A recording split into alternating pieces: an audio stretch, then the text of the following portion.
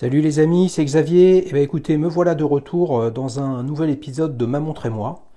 Et oui, l'idée c'est de vous donner envie, pendant le mois de juillet et le mois d'août, de faire des présentations de vos montres préférées. Alors vous le savez, l'idée, à l'époque, je le faisais uniquement sur Instagram et sur la communauté YouTube. C'est pas que vous fassiez une revue de montres de A à Z avec des chiffres, des numéros, des mesures, etc. Mais plutôt de raconter pourquoi vous aimez cette montre.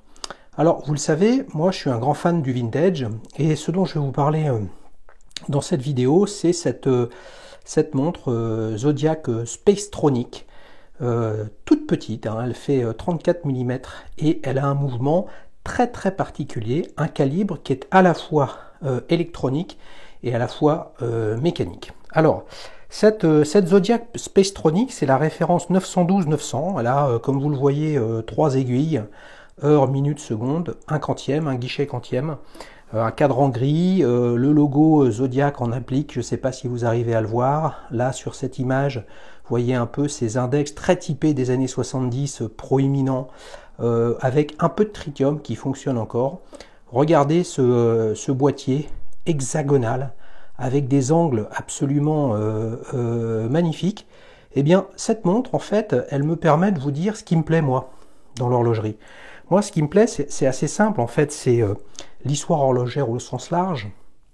Toutes les marques, même les plus obscures, et le rôle qu'elles ont joué dans cette histoire horlogère, les innovations technologiques, là on va en parler un petit peu. Regardez, je vous montre derrière, j'ai enlevé le fond de boîte, et on découvre un mouvement, on va dire, électromécanique. Donc vous voyez, il y a un balancier spirale, et puis une pile.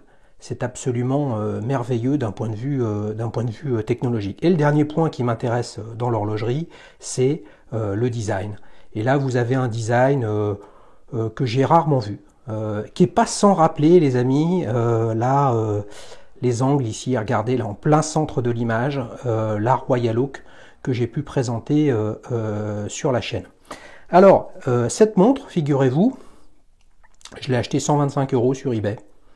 En fait, après avoir acheté la Zodiac Olympos avec les anses asymétriques, avec un boîtier absolument fabuleux que j'ai déjà présenté dans Ma montre et moi, j'ai regardé un petit peu ce qui se passait et figurez-vous, regardez, je cherchais une boucle d'origine Zodiac que je n'ai pas sur la Olympos. En cherchant, je suis tombé sur cette annonce, 125 €. J'ai été le seul à enchérir. Il y avait un petit risque, je vais vous en parler. Regardez le bracelet cuir. Il n'est pas terrible, ouais, effectivement, il est un peu fatigué, etc. C'est normal, c'est un bracelet d'origine. Regardez le logo Zodiac avec l'écriture Zodiac dorée dessous et un petit passage sur le calibre. J'ai pris un risque parce que le vendeur disait qu'elle n'était pas sûre qu'elle fonctionne.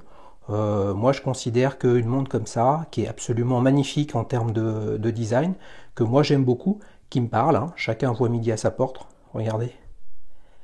On voit la couronne siglée Zodiac, le verre acrylique bombé. Je l'ai reçue. Elle est arrivée assez rapidement d'Espagne.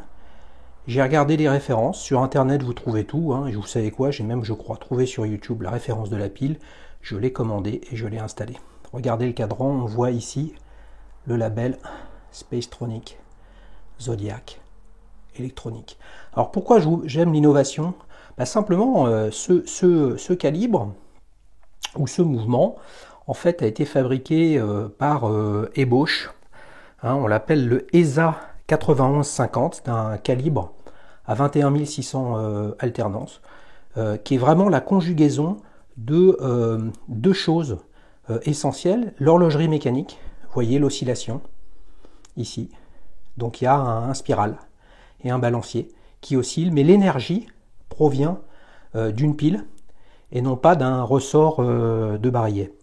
Eh bien, cette montre-là, évidemment, vous pouvez le voir, je vous le remontre, il est annoncé le calibre Zodiac 91.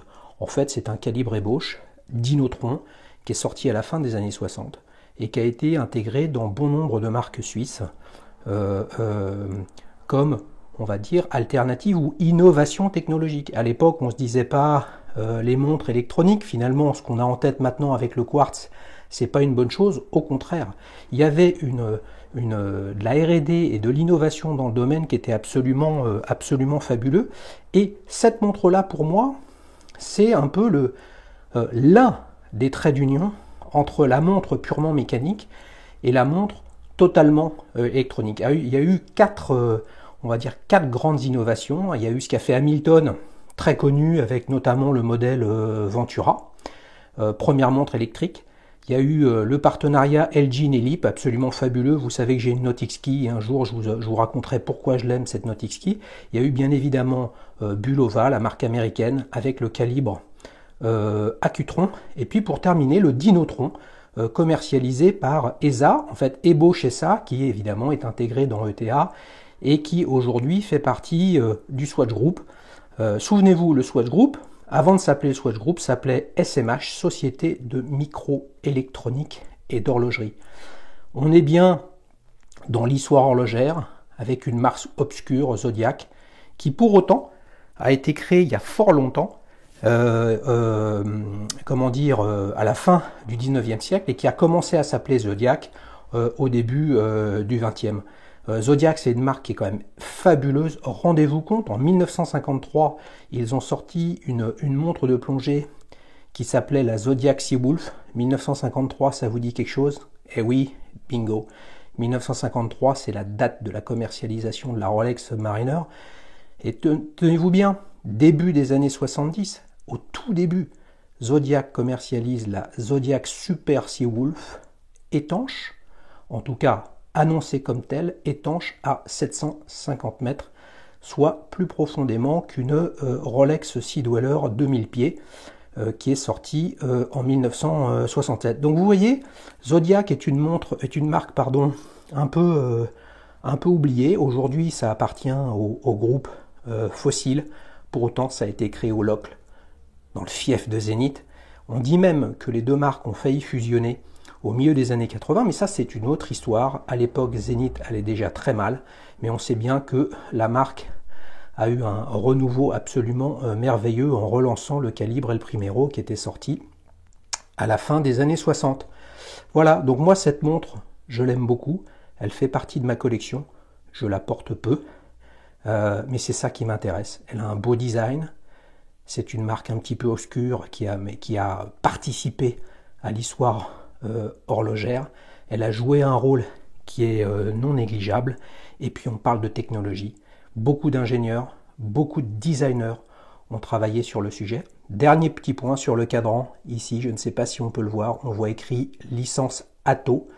Eh bien oui, Léon Atto est un Français qui est né à la fin du 19e siècle et qui était l'un des pères des horloges électriques et qui a créé une marque Atto, A-T-O, alors que Léon Atto s'écrit H-A-T-O-T, et qui est un peu quelqu'un qui a guidé les développements de l'horlogerie électrique pour réussir à en faire quelque chose de miniaturisé.